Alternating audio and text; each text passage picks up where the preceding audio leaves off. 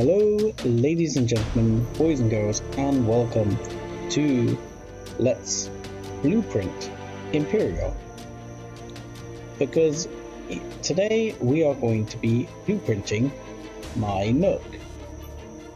I've had a couple of requests further to Let's Play for this to be blueprinted and put on the workshop. So in obliging this, I'm also going to answer a few questions I've had from other people regarding questions about how to blueprint and how to make things hopefully look decent. So first of all, taking screenshots and getting that ready. As much as this is a beautiful sunrise going on over here, which I must say is actually quite beautiful, it's going to be a shame to spoil it. But this is not really ideal screenshot time. Kind of looks nice. Tempting. You know, take a screenshot over that way. Might just do one for fun. We'll just do one for fun. There we go. Might even put that in so you can see it in the video. Oh look, we even got some guard rays going on. Let's take that as well. So anyway, we'll do that quickly to show how things are going. As you can see, time is processing and it's not ideal for the screenshot.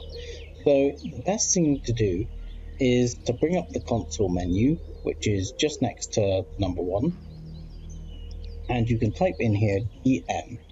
This will enable the debug menu. I'm in a creative game, and I'm assuming you are too, which allows G to toggle guard mode so you can float and fly.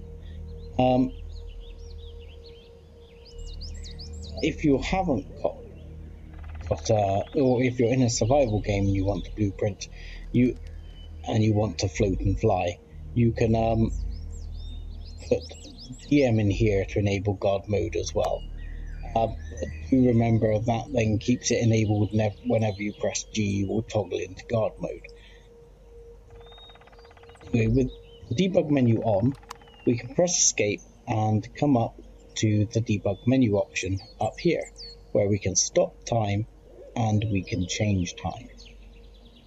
So we can make it nice like this and say, yeah, that's some nice good lighting right there. I might even change it a bit more actually. Get the light so it's a bit over this way. There we go. And then say, yep, I'm happy with that for taking my blueprints and my shots. So first of all, we'll start with actually creating the blueprint. For that, you just need to aim at the item and press Alt-0. If you have a gun in your hand or something like that, quite often the gun will appear. So I recommend you take it out, and I also recommend you press F6. Normally you need to press it twice like that to get rid of the UI. The UI will not show up on a blueprint screen. So then we just hold down Alt and press O. And then we can simply go Save As. Now at the moment this is called the Nook because I built it back in Alpha 12. We're going to give it a slight rebrand. It's going to be the SDB-Nuc, and it is now a version 1.4 build. So that's how I label mine. It's obviously got an indication of me, the creator, the Nook, level 7, version 1.4. Now you can do it however you like, but that's how I like to do it. That then creates a blueprint in itself, which we can go in here and find. As you can see, this is what's shown as a personal blueprint, and when we click on here, here is our image.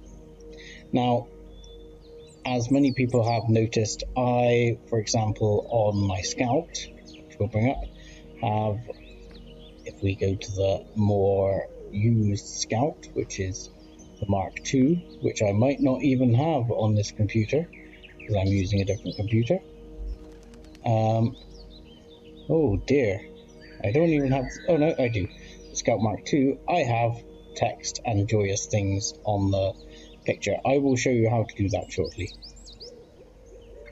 So once you've done that, if you keep in the screen mode with no UI and no things, you can press F7 to take screenshots. This means you can simply go around and screenshot your base as you see fit.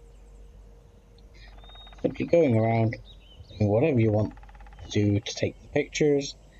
I suggest you take several from different angles, especially if your base is somewhat non-symmetrical. In my case, it's fairly symmetrical, so most of these are fairly boring. We can go inside, for which I'm going to turn off guard mode, and simply take a few screenshots inside to give people an idea of what it looks like on the inside. There we go. Oop. You know, get some good things like you're in, you know, like you're shooting a hotel room where you make it look a lot bigger than it is, you know, and make it look a lot nicer than the reality of the situation. But you know, here we go.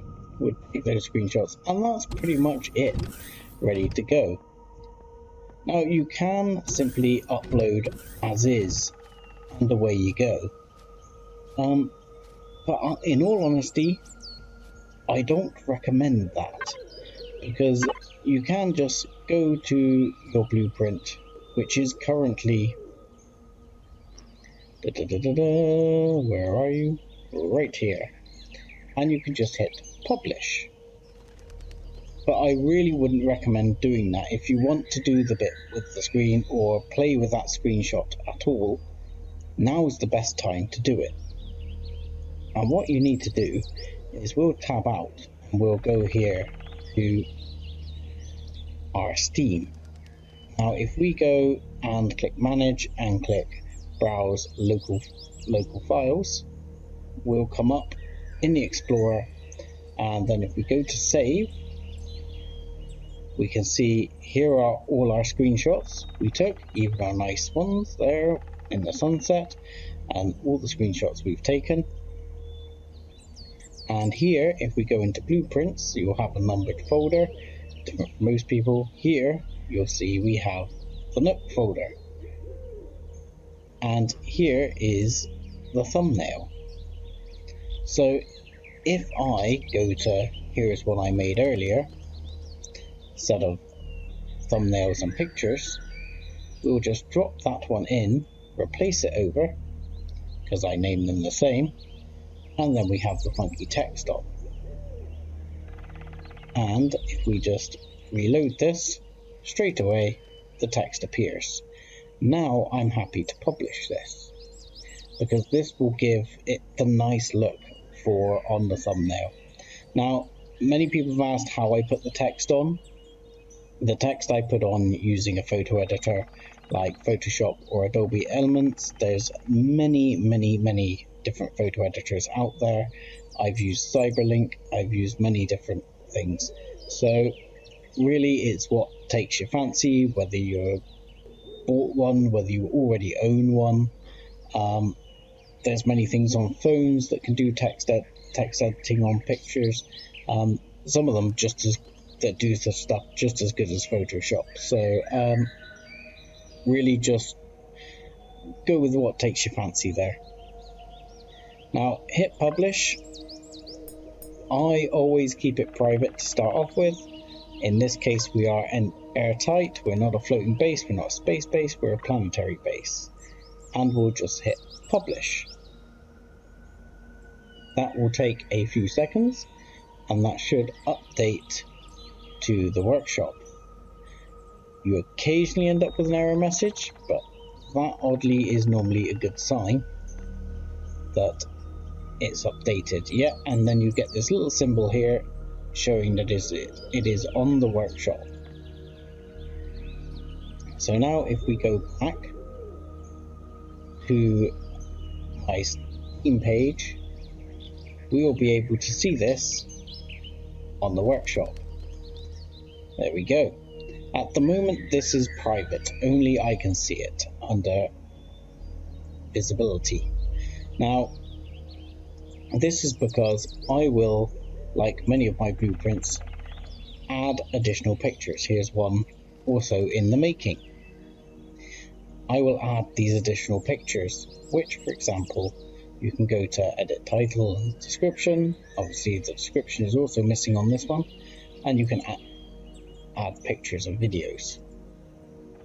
I tend to refer to my YouTube videos for any video, but as you can see, the new ones have got this nice little branding going on. Now, out of all the pictures we took, one of the things I haven't taken, which I always recommend you take, is to come to this screen and screenshot this screen, the CPU screen, and the statistics screen. This shows basically what your level requirements are, what CPU it's got, material requirements, miniguns, what ammo it takes. You can expand some of this out and do things like provide more detail on some of this, but that gives the lion's share of the detail. If you have a base that uses many resources, it is often nice to list those out in the description, because it will help people decide what they want. Things to put in the description are generally, have you got guns? What guns are you carrying? In this case, you know, a bit about the base in terms of its planned to be an early starter base. It should be placed in an east-west facing fashion for the solar panels to ensure good power production. It has a clone chamber, an oxygen chamber, a food processor, 2 fridges, a grow light with areas for grow plot that do not contain grow plots, because I find that restrictive. It has a small constructor, a large constructor, a 14k ammo box, and a 252k cargo box. It has fuel power generation backup, armor locker, bed, shower, toilet, all the good stuff. That's basically it for what you should put in the description. If you want to have a look at how to lay out a description, just look around on the workshop, look at how other people do it. I'll be honest, a lot of my approach here is taken from the likes of J Randall, Crazy Z, Spanj, you know, the guys who do a lot of the well-known blueprints we go for. So if you want to look at how they lay out their description, have a look at that. Definitely take a leaf out of their book. I've seen a lot of blueprints with a very poor description, and it's an instant put off, I'll be honest, for whether or not I click the subscribe on it, because I think twice about how much the creator has cared about what they're making. So that's really all the advice I can give you on the blueprints. It's really easy to do. It's surprisingly easy to put this in as a standard sort of setup, just with that simple edit it up and put it in the folder. I made it look a bit quicker than it normally is, because I normally have to open this screenshot up, edit it to have the names and the bits on it, and then I drop it in here. Just note that this one must be under 1 megabyte. If it is over 1 megabyte, your blueprint will not upload. Don't touch this file, this is actually your blueprint. When it has uploaded, you get a funky little number against it to show it's uploaded. That's one of Steam ID things. And that's it. From here on out, all I'm going to do is edit the title, edit up a description, and I will be adding the images. The images you've obviously seen there, I've already done, and for example, on ones I've done previously, such as this one, if you go into edit the images, you can drag and drop them around if you don't like the sequence you've uploaded them. I have found Steam to be a little bit twitchy doing that at times, so do be a little bit careful. I try to upload them in a sensible order. To start off with the resources and CPU at the end. And that's it. Piece of cake, guys. Anyway, I'll say thank you very much for watching. Like and subscribe as always, and I will look forward to seeing your blueprints on the workshop in the future. Thanks a lot.